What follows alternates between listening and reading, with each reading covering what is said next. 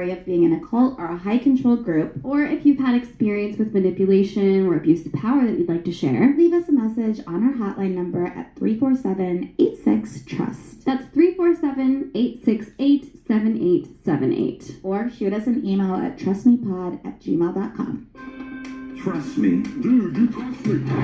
Trust me. I'm like a smart person. Yeah, I've never lied to you. I never have lied to you. If you think that one person has all the answers, don't! Welcome to Trust Me, the podcast about cults, extreme belief, and manipulation from two sleuths who've actually experienced it. I'm Lola Blanc. And I'm Megan Elizabeth. And today our guest is Charlotte Laws, author and anti-revenge porn activist whom you may have seen in the recent Netflix documentary, The Most Hated Man on the Internet. And she is awesome. I'm so excited that we got to talk to her. Do you agree? She looked like not of this world. She's like a shimmering goddess of of good, I guess. Yeah. She could be my cult leader for sure. Listen, she's gorgeous. She is fierce. She stands up for people. All right. She's going to tell us about how her daughter Kayla's photos were stolen and put up on a revenge porn website called IsAnyoneUp.com, who the infamous founder Hunter Moore is, and how he refused to take down his victims' photos when asked, even when many of those photos were hacked from their emails. She'll tell us the story of how his following became cult-like and scary, how she finally got Kayla's photos removed but had talked to so many victims of the site that she wasn't done with Hunter Moore, and how she contributed to finally taking him down. Hell yeah. All right, Megan, before we talk to Charlotte, tell me what your cultiest thing is this week. Okay, sure. So there's a new podcast out. It is called Cause. I'm probably saying it wrong. KOZ, whatever. It's about the Vagos. They're a biker gang in LA. This undercover investigator joined them. He got into running drugs with them, running weapons with them, riding a motorcycle with them, of course, and all of these very interesting illegal things. He was very scared. He was very intrigued also, but he said what really was interesting to him in this article that I read is that he became kind of proud. Well, he was surprised, he said, by the belonging that he felt in the group, which just goes to show that you can know a group is bad and even be investigating them and almost fall prey to that belongingness that they supply. I bet you that happens all the time. Like, once you're immersed in the world, I can imagine it would just be really difficult to not feel a sense of camaraderie with people and totally, like still want their approval like a little bit, even when you know they're like criminals or whatever. Yeah, I mean, they even found a skull, like a human skull with hair and shit still attached to it. Like, where? They're bad people. I don't know, but probably in a duffel bag if I had to guess or something like that. A head in a duffel bag, folks. You heard it here. I mean, maybe. That's where I'd put it. I want to listen to that. That sounds super interesting. What about you? What's the cultiest thing that happened to you? Well, I just got back from a film festival, so I am brain dead at this festival called Fantastic Fest, which is a happy cult of its own. I love it. But today I'm going to talk about Scientology because an article that you sent me I found so very fascinating. It's to do with this new book that has come out by a former high-ranking officer in Scientology. His name is Mike Rinder, and the book is called A Billion Years, My Escape from a Life in the Highest Ranks of Scientology. So apparently they hacked Nicole Kidman's phones, Scientologists did, because Tom Cruise, who's obviously like the face of Scientology, apparently he began to ignore the, David Miscavige is the head of Scientology, the one who's like ordered all of the like crazy stalking and harassing and just all the bad stuff. The one whose wife is missing. All the bad stuff is from this guy. So apparently Tom Cruise starts to ignore his calls while he and Nicole Kidman are filming Eyes Wide Shut. And so it like freaked David Miscavige out, and he got suspicious of Nicole Kidman because she apparently had not seemed like super stoked on Scientology, and he got so scared, according to this guy, that he was losing control of Tom Cruise, that the claim is he ordered Nicole Kidman's phone to be tapped, which I'm sure is true, and also allegedly appointed this other high-ranking official to get them to break up and audit Tom Cruise so he would become this is the pun that the Daily Mail uses, he would become clear about the importance of Scientology. Okay, that was good. And they also said that he hired like an infamous PI who's like gone to jail for all these different charges to spy on Nicole Kidman and tap her phone. So that it goes to show like how much a connection with somebody on the outside can really be the thing that like loosens the grip of a cult. Mm-hmm. And when they sense that, of course they're going to say that they're a suppressive person. And Leah Remini has said that Nicole Kidman was like considered a suppressive person when she was in Scientology because she was like taking Tom Cruise away and he was like not as excited about it when they were together, which is such a fucking bummer. But they successfully got their claws back into him and they got divorced, and apparently Nicole Kidman's relationship with her children is now, or after that, was, you know, fraught because they got deeper into Scientology because everyone was kind of working on them, and she was like, this ain't my shit. So unfortunate. So it's super sad. Yeah, it's super sad and scary that they were just willing to do like anything to just have control over people. I mean, I assume things like that are still going on, but there's so much more awareness about it now, so who knows. That's my shit. That's mine of the week. Well, shall we talk to Charlotte? Let's do it. Okay.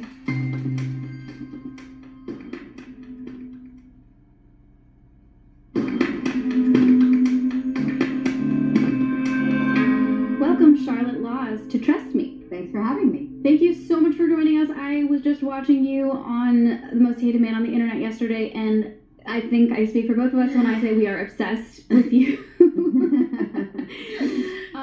So Not much, alone in that, yeah, I'm sure. Yeah, so much to get into. Before we dive into the story about Is Anyone Up specifically, I would just love to hear a little bit more about your background because you have such an interesting history. I mean, you've written books. You were known for your like skills of getting into Hollywood parties. There's Satanism in your family history. Let's start with the Satanism. Where's the Satanism coming from?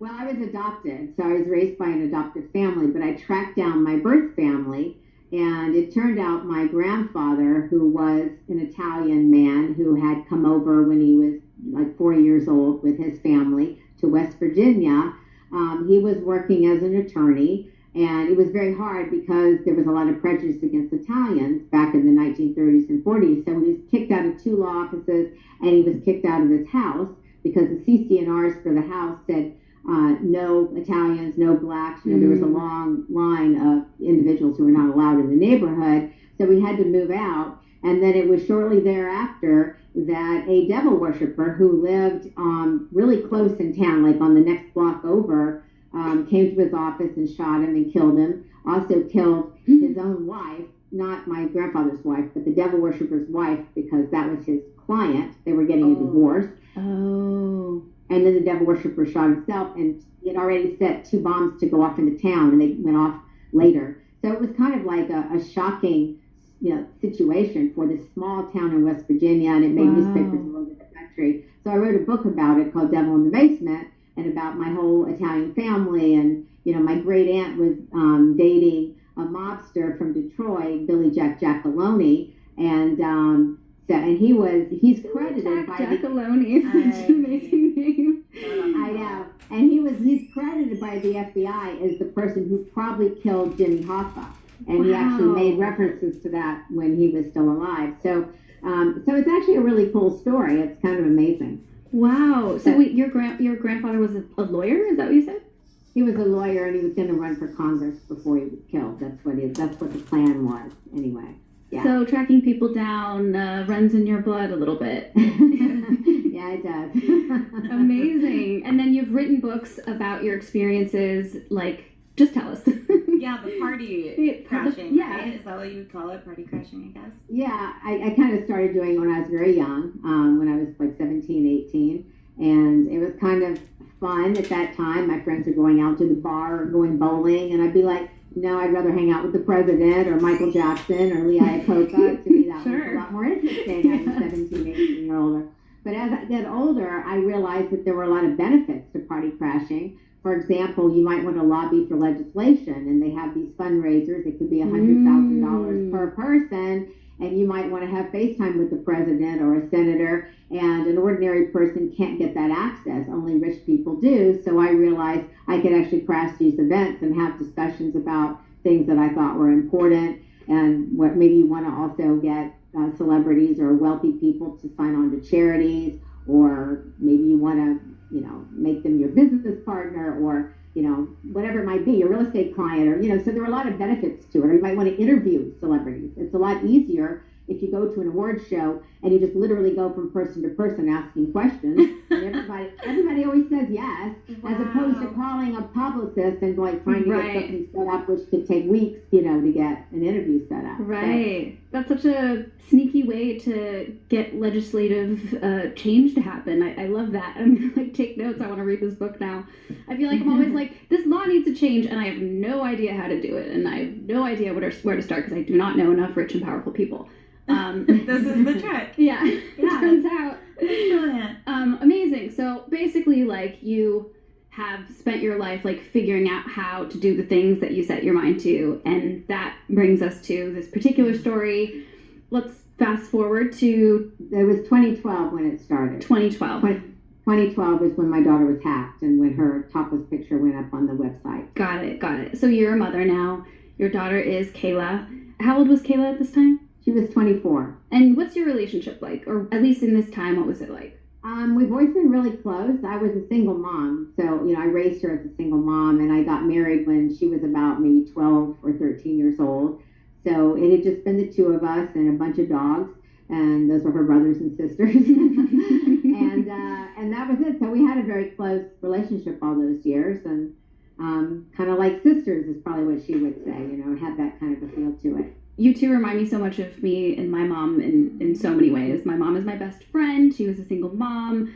We were so close, and I felt safe enough to tell my mom stuff similar to what Kayla told you, because I feel like a lot of daughters don't have that relationship with their mom where they would admit that they'd taken a photo of themselves. If my photo was somewhere, the last person I would tell is my mother. Yeah. And that's unfortunate. But thank God that you guys have that relationship, because because everything that we're about to say. Yeah.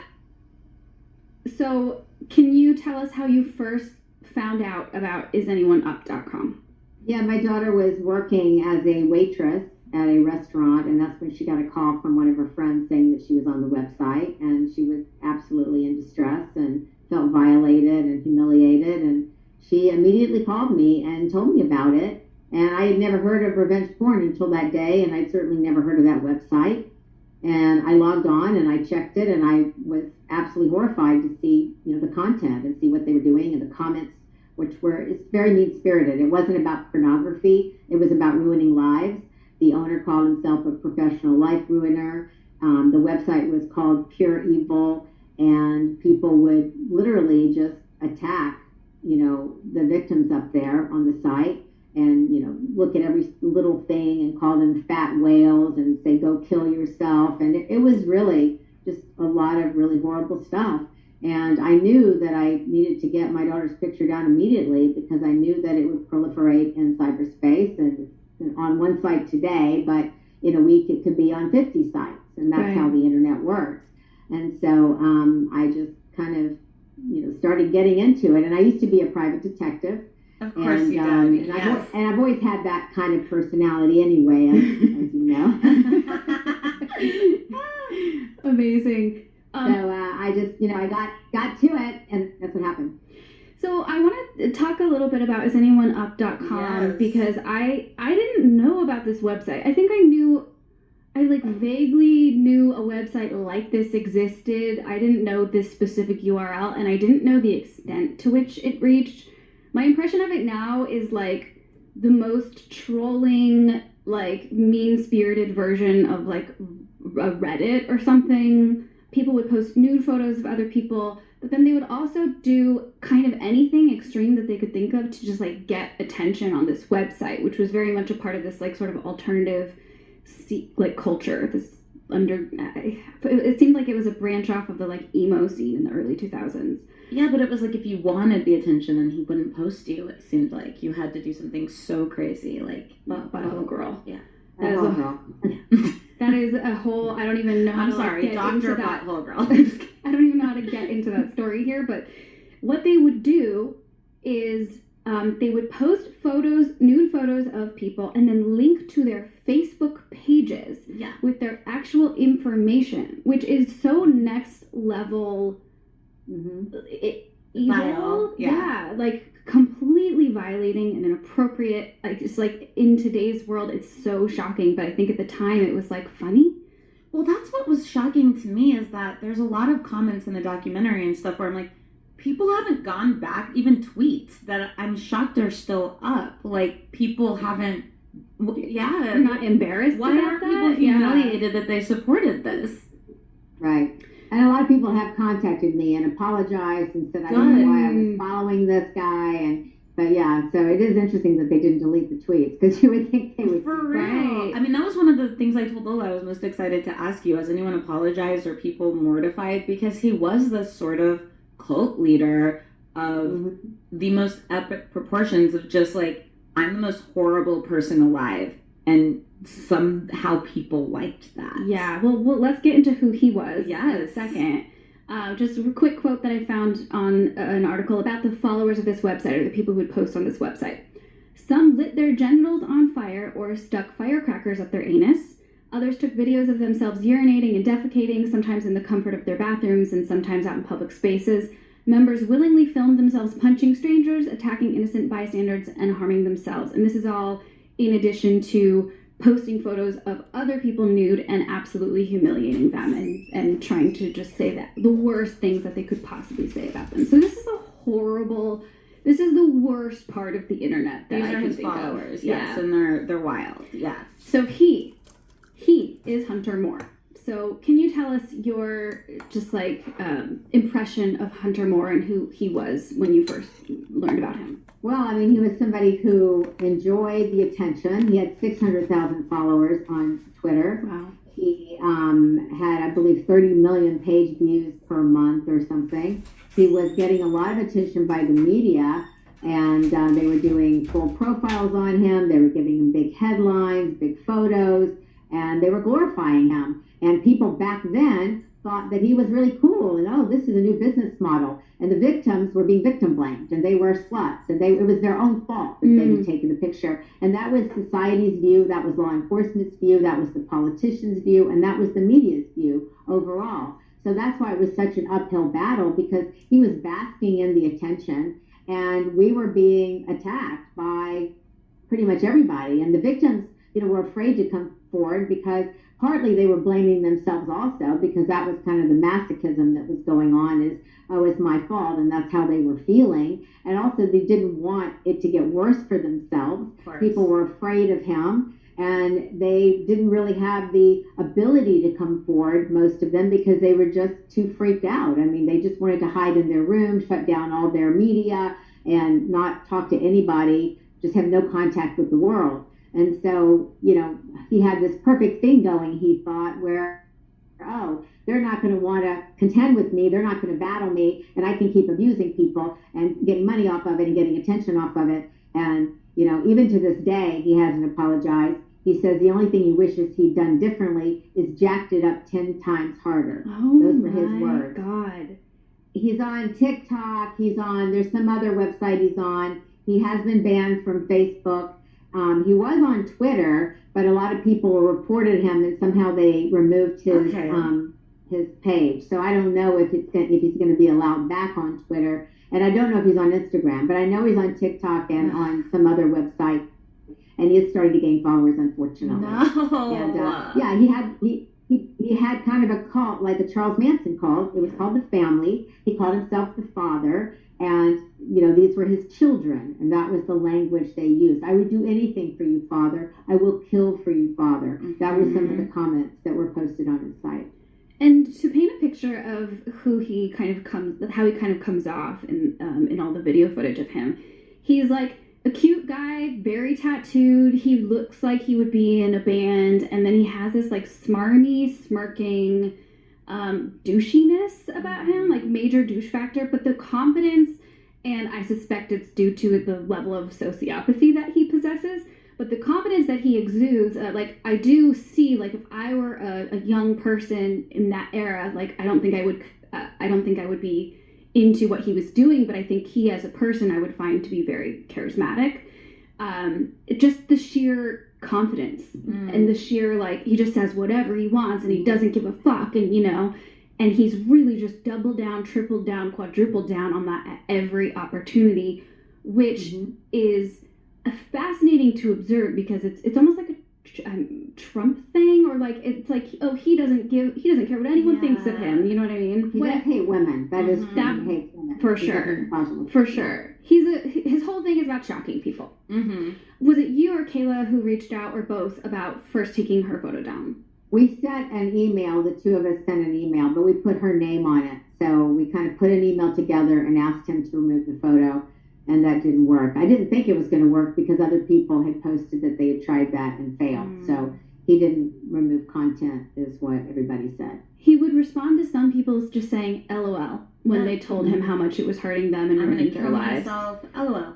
Yeah, and he would go on these interviews and they'd be like, "Don't you care that you're hurting people?" And he'd be like, "I don't know, then they're just avatars to me. Like, it doesn't matter to me. They shouldn't have put the picture up or whatever." And that's the key point too, is like, aside from it there being absolutely nothing wrong with taking nude photo, sending nude photo, like, it doesn't mean that anyone should get to see it who you did not explicitly give permission to see it. But regardless of that, he is presenting it as though people are sending all of their nudes, and that is the key thing here.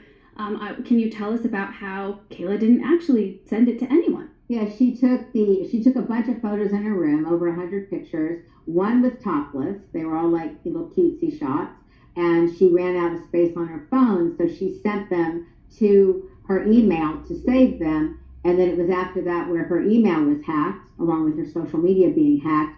And then it was, several days later when her topless picture, along with some clothed pictures of her and her link to social media, her name, her city, everything came up on that website. Right, so this isn't even like a jilted ex-boyfriend posting because they hate their girlfriend. Like, this is literally stolen photos. Just hacked. Yeah. Yeah. Emails. Yeah, and I mean, not all of them, but certainly a lot of them.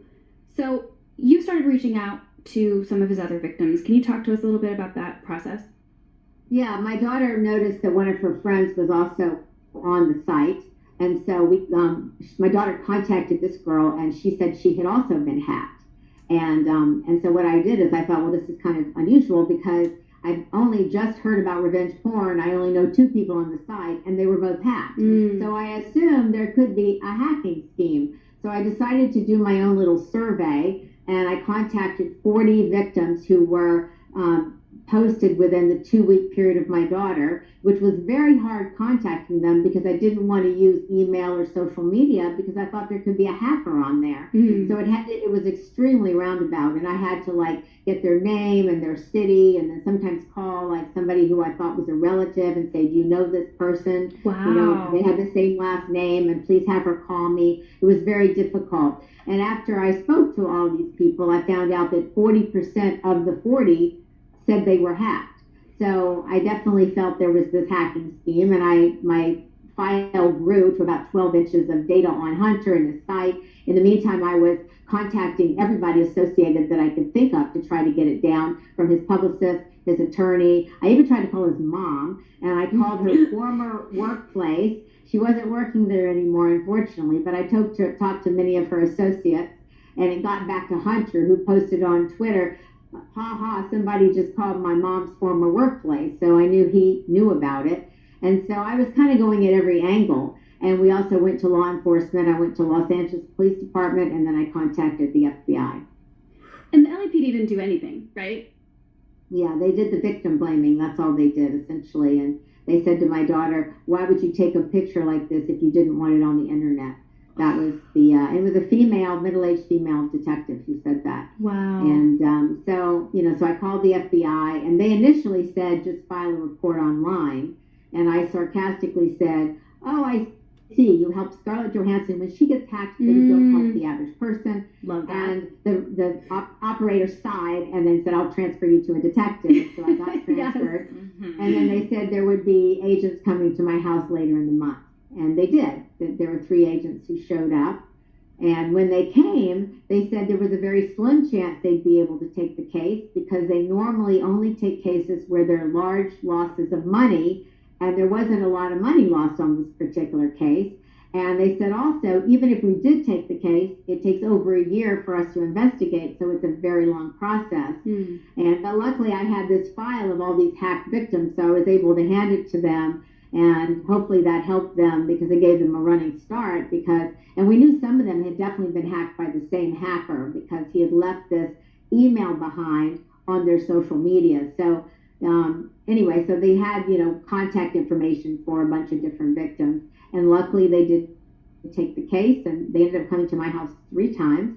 And the final time was a victims meeting. So I got some of the victims to come to meet with the FBI, and then we had other victims who were kind of available by phone.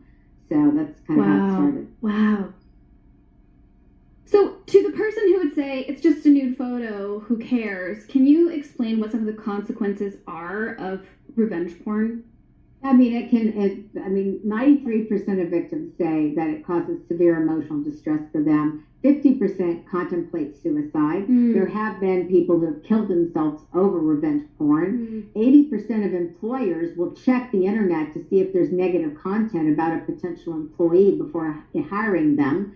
So it can affect your career. It can affect your relationships. It can affect your entire life.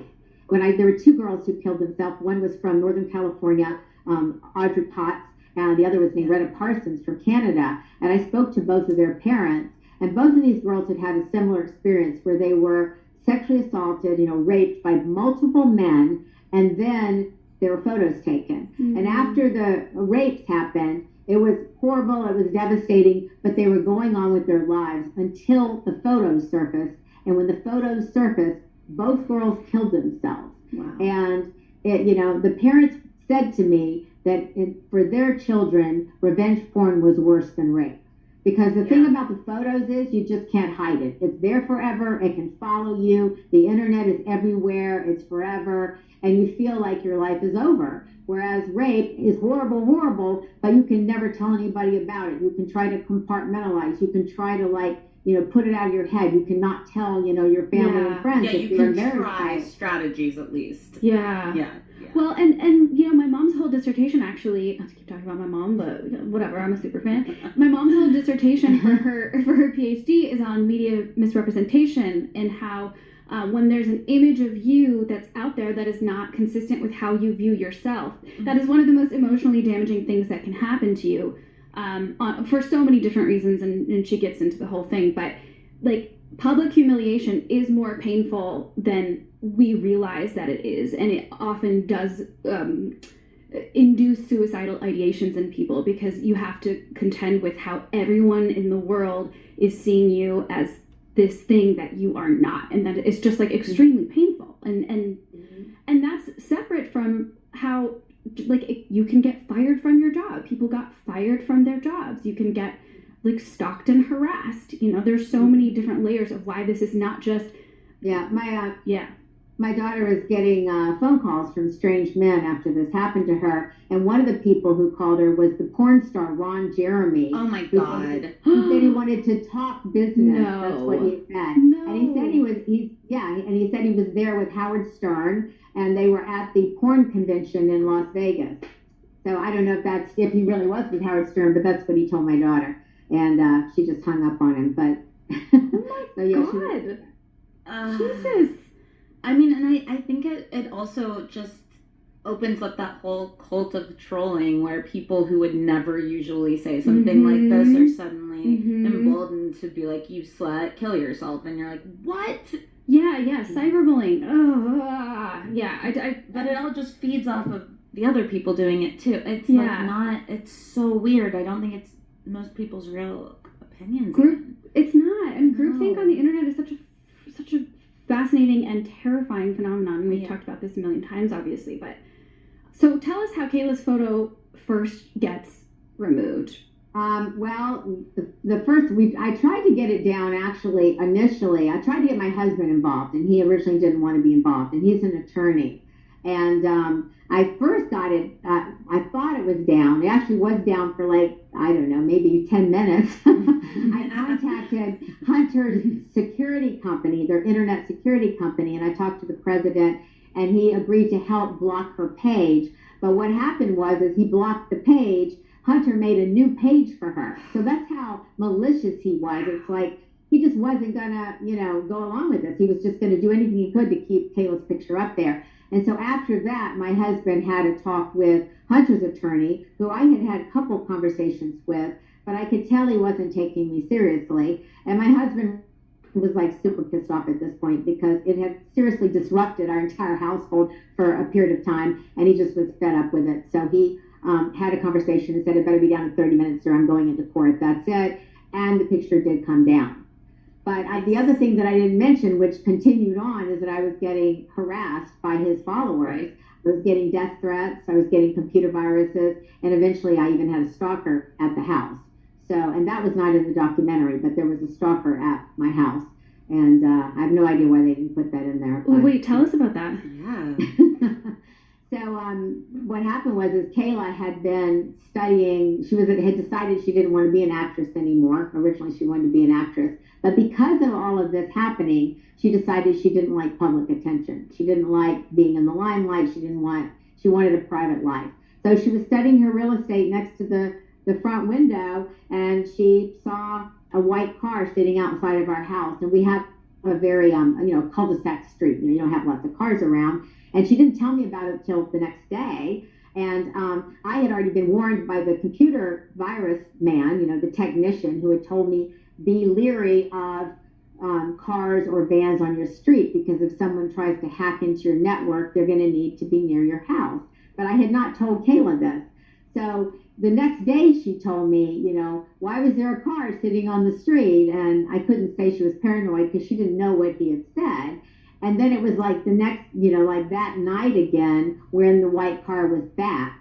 And she saw the car again, and she said, Mom, that white car is outside again. And I was like super fed up at this point. I mean, I had like had it. And so I just marched out there, and my mom and my daughter was running behind me going, Mom, what are you going to do? Mom, what are you going to do? And I went up to the car and I said, may I help you? And then this young kid, like in his 20s probably, with blonde curly hair, and he was doing something in his lap, and he looks up, he freaks out, he turns on the car, he zooms away, almost hitting my neighbor's wall. So clearly he was up to no good, because if he was not up to no good, he would have said, I'm just waiting for your neighbor, or, he wouldn't have like freaked out and zoomed away.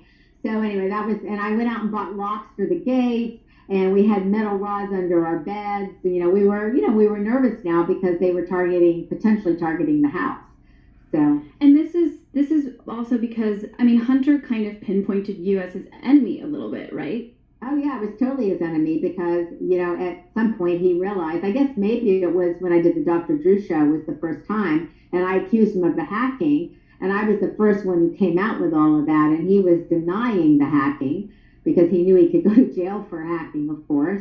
And so, yeah, I became his target and his enemy, and that's why his followers started coming after me. Mm. So it did get ratcheted up, and it did become very scary, because you have all these anonymous people and you don't know if they have guns, if they have anger issues, if they just got out of prison. Right. You don't know, and they're coming at you from every direction. Because they would punch themselves in the face and stuff. Like, he would give people like challenges of who can punch themselves in the face the hardest, and they'd all compete and film it. Like, these are not rational human beings that we're dealing with. Well, and the comments that his followers would leave would be like, kill yourself, die, hope you get raped. Kill yourself or I'll kill you. Yeah. Another thing that's not in the documentary is I went undercover to one of his DJ gigs. He would go around to clubs and DJ. Oh my God, of course he would. And so one of the victims wanted to serve a notice to, a legal notice, with paperwork. And so I was supposed to be a witness to this, because when he had been served previously by another victim, he had just torn all the papers in the club and just thrown them in the air and denied being served at all. So I put on this white pasty makeup, sunglasses, a black wig, a beatnik beret, a khaki velvet jacket. I looked really hideous. And I drove down to his event. And it was this huge parking lot with all these cars, and it was so weird because I get out of the car, I lock the door, turn around, and I'm looking at Hunter Moore. He's standing there staring at me. He's with 3 other kids. Thankfully, he did not recognize me in my ridiculous outfit, and I went to some van, and then I went in and, watched his, being a DJ, of which there were very few people there, which really surprised me. I thought he was supposed to be so popular. Right. And then he did a really stupid thing. At the very beginning, he was being a DJ off of his laptop, right? That's where the music was playing. So the first thing he does is he has this cup of beer, he throws it straight in the air, it lands all over his laptop, and so the whole evening, like sputtering. It's like, it goes off and on, and the music won't play. It was really funny. Oh, he is the hottest mess. That's amazing. I love hearing that there was no one there too, because it's really presented as though he's going to these parties. I mean, I'm sure there were plenty of parties he went to where it was like crazy and everyone's obsessed with him. He's a god and whatever. But like, how much of that is what's really happening? I just want to know what gave you the strength to go up against somebody so powerful. I know loving your daughter had a lot to do with it, but there has to be traits that you have that make you capable of doing this. Well, especially once the photo was taken down. Yeah, to be there for all those other victims and all of that. Like, what is that? Well, I mean, I've always kind of been a cause-oriented person my whole life. So I believe that other-centrism, or helping others, is the key to happiness, and persistence is the key to success. And so, I started out as a child fighting for the civil rights movement, to the dismay of my family and community. I was from upper-class Atlanta. I was raised by this adopted family. They were very racist. My dad was verbally abusive. My mom committed suicide, but she didn't die right away. She ended up being semi-conscious for 10 years in a convalescent home. So she had like brain damage. Oh my gosh. It was really horrible. And then my brother was killed in a car accident 2 years later.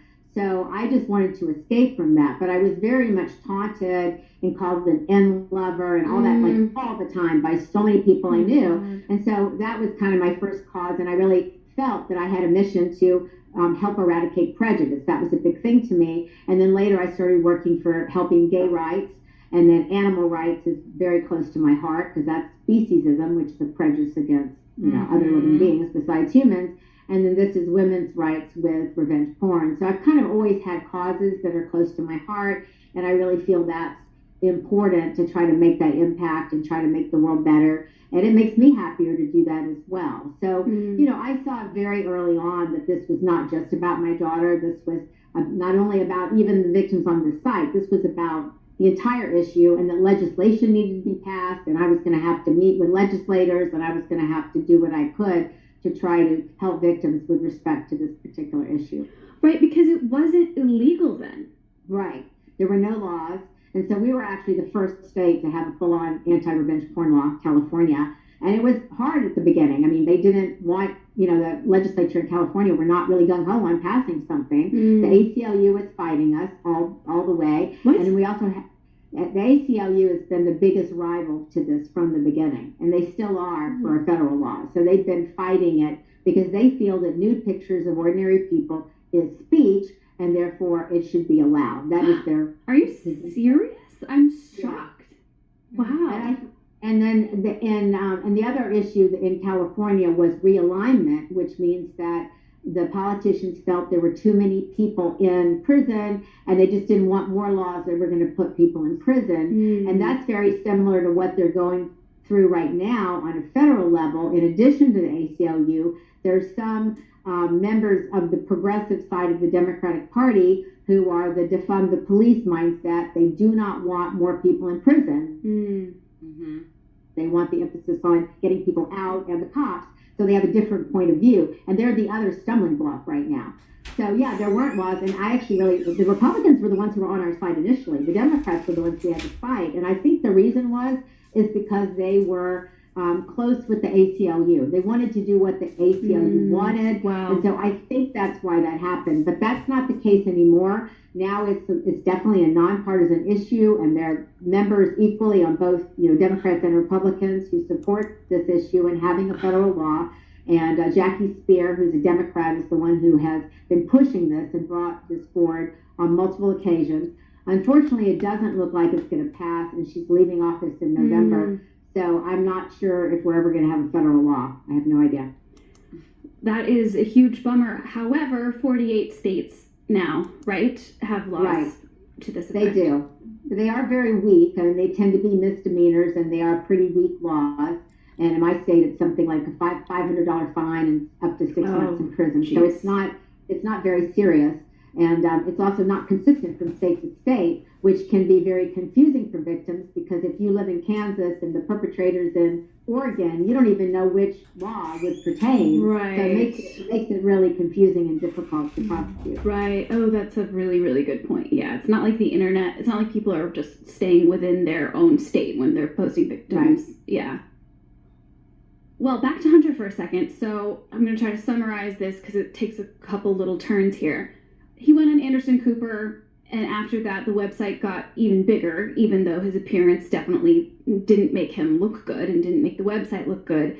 At least according to the docuseries, at that point, the website sort of explodes and gets like even bigger, and now there are people posting like much worse things, underage photos, and like just more vile things that were already illegal being up there. This man, James McGivney. He was a Marine.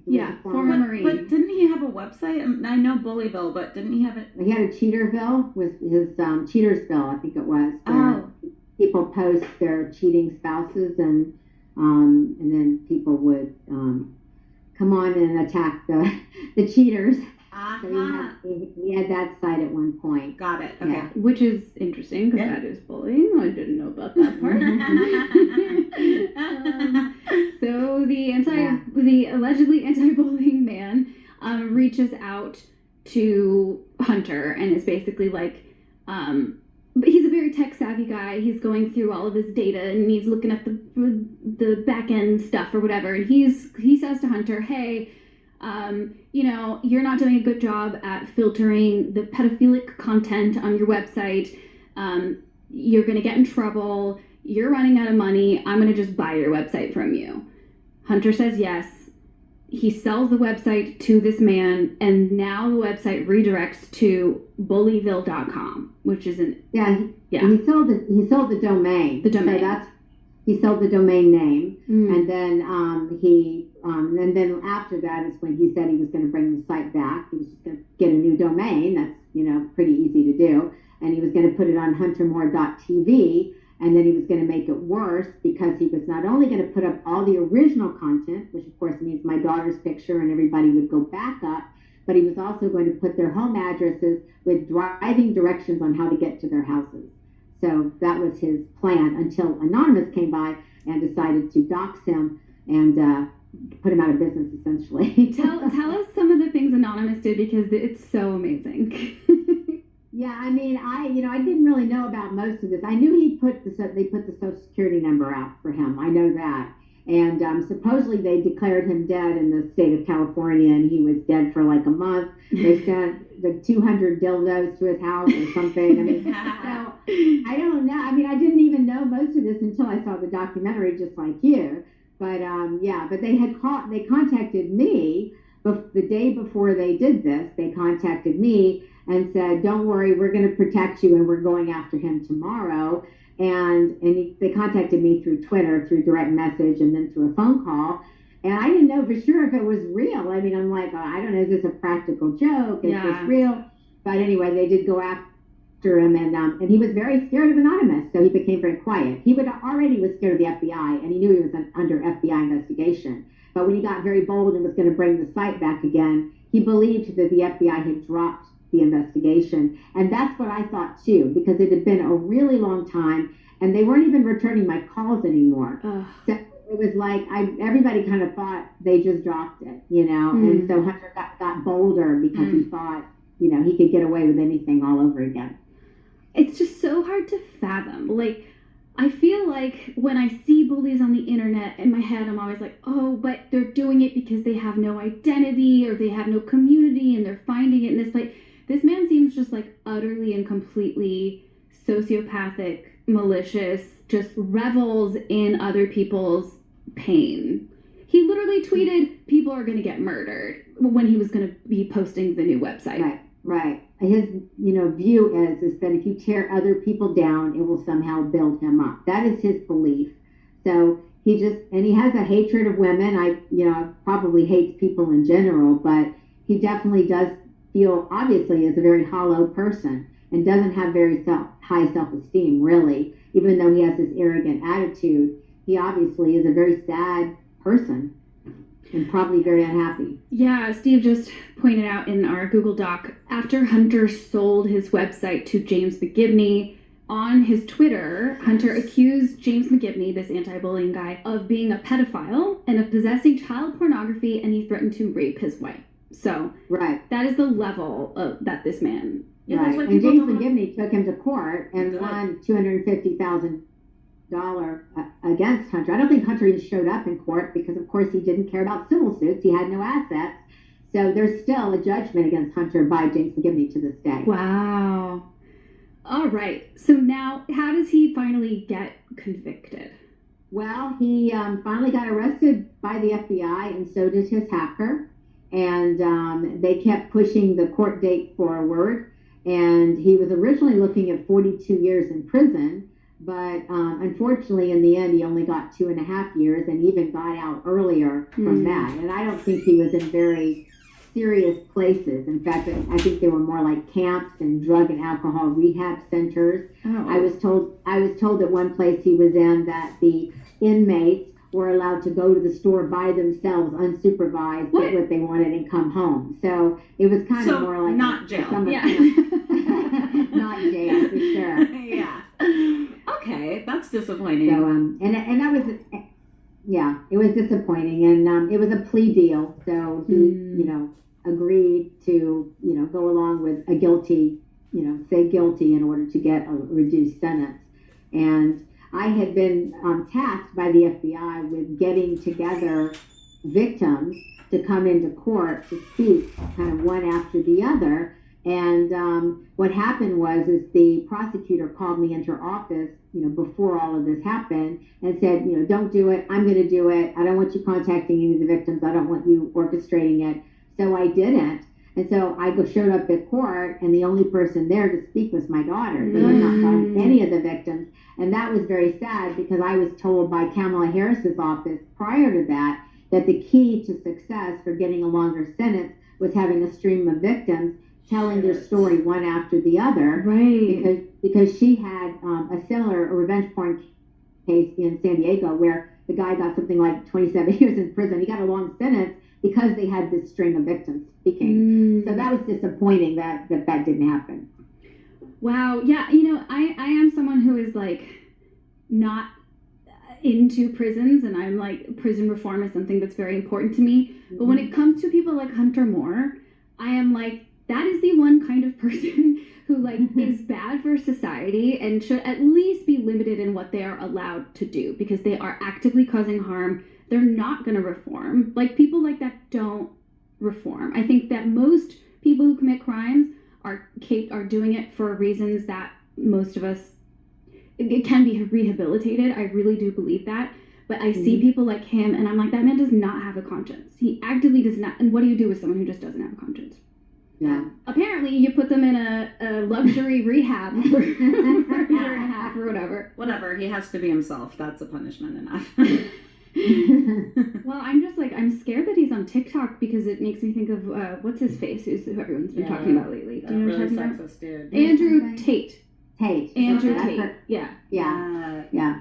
It's, for some reason, these men are just like resonating with people right now, so it really scares me that he's back on social media. Yeah, it sucks. All right. So now, here you are, having talked to so many people who've been through this experience and having worked so hard to get some of this legislation through. What is your perspective on this now? How do you think people who've been through something like this can move through it do you have any particular nuggets of wisdom you'd like to share? Well, I mean, there is a hotline that the Cyber Civil Rights Initiative has. So if you need help, you can go to cybercivilrights.org, and their website not only has lots of resources, but has that hotline where you can talk to a person. And the Cyber Civil Rights Legal Project, if you just put that into Google and do a search, those are attorneys all over the country who will help victims pro bono. So if you need assistance, that is another resource that you have. And, there are a lot of other little tools you can use. For example, you might want to have, if you're dating someone or you're about to date someone, you might want to have a social media prenup or a social media postnup that says something like you're not allowed to ever post photos of each other, or, kind of outline what the parameters of the relationship are. That can help. And if it does happen to you, you want to build up your online presence for positive things. You don't want to shut everything down. The initial reaction is just shut it down because I don't even want to be on the internet, but that means the new pictures float up to the top. So you want to have all the positive stuff, and you want to push down the negative stuff. Wow, I love Smart, that. Yeah, a lot of former cult members live in fear of, the collateral of them being released, or, nude photos coming out, or whatever it is. And the Nexium stuff. Yeah. I mean, and that's a really good point. It's like, your life doesn't have to be over if this stuff does come out. You have options now, and you can also defeat it in the algorithm. It sounds like what you're saying. And also, we just live in a different world now. I think it's pretty societally understood that is a wrong thing to do. And if there are videos or photos of you online that you didn't consent to having online, that doesn't mean you're just a dirty slut. That means something, you were harmed and you are a victim. I mean, hopefully, that's my perception of where we are now. Same. Right. Hopefully. And also, people should also know that if you take a picture of yourself, you own the copyright to that picture. And if a friend takes a picture of you, you can ask the friend to sign those rights over to you. And you are supposed to be protected under the Digital Millennium Copyright Act. And even though that's normally civilly, it's a civil lawsuit, not a criminal lawsuit, if you did bring somebody to court over that, you can win $250,000 per photo.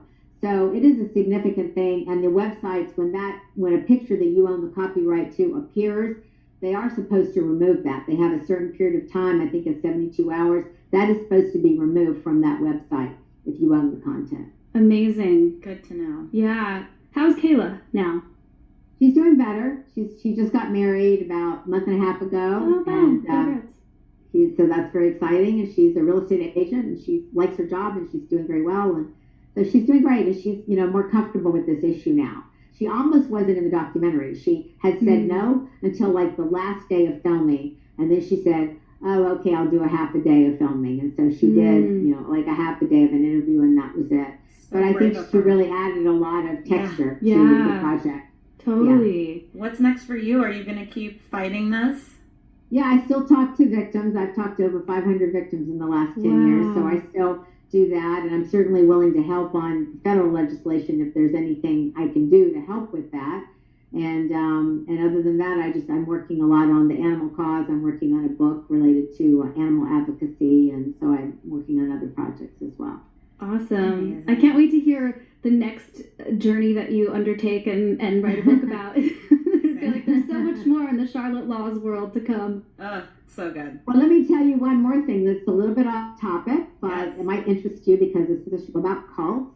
So when I met my husband, he was listed as an unindicted co-conspirator all over the internet. And he didn't want me to even know, but he had been in Scientology for 20 years. No. And he got out of Scientology, and he was embarrassed to tell me that he thought I would not want to go out with him because he had been, and his mom had gotten him in. And the reason why he was listed as an unindicted co-conspirator is because in the 1970s, he was part of the upper echelon. So he was the head of their legal department worldwide. So he was one of the big shots in the organization. But what they were doing in the 1970s is Scientology was breaking into the FBI's offices and the Attorney General, and they were going into all these government offices to steal documents. They were trying to get documents that they thought the government had on them. wanted to see what the government had. So they were into this collecting of paper. And what happened was a couple of the guys who broke in got caught, and one turned state evidence and gave up everybody else. And so 11 people went to prison, but they couldn't get my husband on anything. So he's an unindicted co-conspirator. Oh my gosh. Along with our, Ron Hubbard also was listed as an unindicted co-conspirator. And his wife went to prison, actually. Ron Hubbard's wife went to prison. Wow. So that's my husband's past. It kind of has that. Well, we definitely need your husband on the podcast. I know. Can we talk to him? Yeah, to ask him if he'll do it, because I mean, even just he's like the perfect example of what we talk about, of people who can get involved in cults not being who you expect. Your husband is this British lawyer who you think is just like would never be in that situation. Yeah, well, and I think too, like, we have more women than we do men on this show, and I think my theory is just that women are more comfortable talking about their experiences. Probably. So when this kind of thing happens to men, I think there's a little bit more shame around it. So we love to have men on talking about their experiences. So if you would be interested, yeah, tell him, ask him, let us know. I'll ask. Okay, thank you. Anyway, this has been amazing. Thank you so much. What are your books that you are most? Tell us the books you'd like to promote, or any social media or website, whatever. Well, my two memoirs, and Undercover Debutante is my most recent one, and Rebel in High Heels is my other one, and they cover different periods of my life. So both of them, there's no repeat. And I'm on Twitter at Charlotte Laws, just like my name, and I'm on Instagram as Dr. Charlotte Laws. So those are my social media. Awesome. Well, thanks so much for talking to us. This is so great. Thank you, Charlotte. Well, thanks so much for having me. So, Megan, there's not really a group here. I suspect you wouldn't post on isanyoneup.com, but tell me if you would. You tell me. Would I post someone else? Would you post yourself?